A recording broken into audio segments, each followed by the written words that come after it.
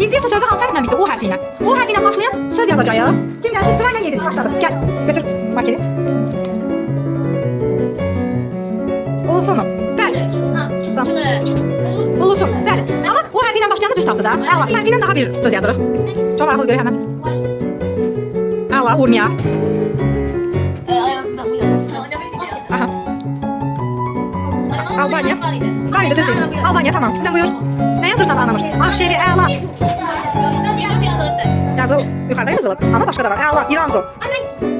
Una. Bəli, bəli. Bayaqki olmaya da bilir ama az önce geçtiğimizi diye bilərsən.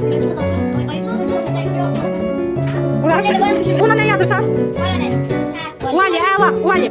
Yazamazsa kömək yer. İyi. Gözlükler bak. İpucu değil, yaxşı. Bəli, tayfa adı. Əla, İskit. Bugünkü dersimizde tutulan bir yer adı öyrəndik. Bu tərəfdən yazarsan. Kamran. Kamran. Fərib, bayaqki şəhərin adı. Burada yaz. Bəli, Tarmakiz. Tarmakiz, bəli, döyüklə yazaq. Hansı şəhərin qədim adıdır? Təbriz şəhərinin, Əla. Kim tapıb yazsın? Gəl, tez.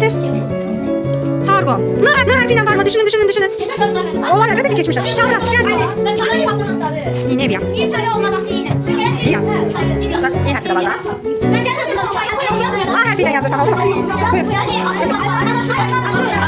Deməli ki, layla yazdım. Aşu. İndi neyini R hərfiyle başlayan yazırım. Yox, Şəbnəm tam oxu bilindi. R-la gələn? Rusa. Aha. Görək nə yazacaq? Aha. Əla, Arabda. Olar, elə olar da. Görək nə yazırsan? Akkad. D. Akkad dövləti. Hadi. Sara. Böyle mi? Adam adam böyle nasıl yazır bak.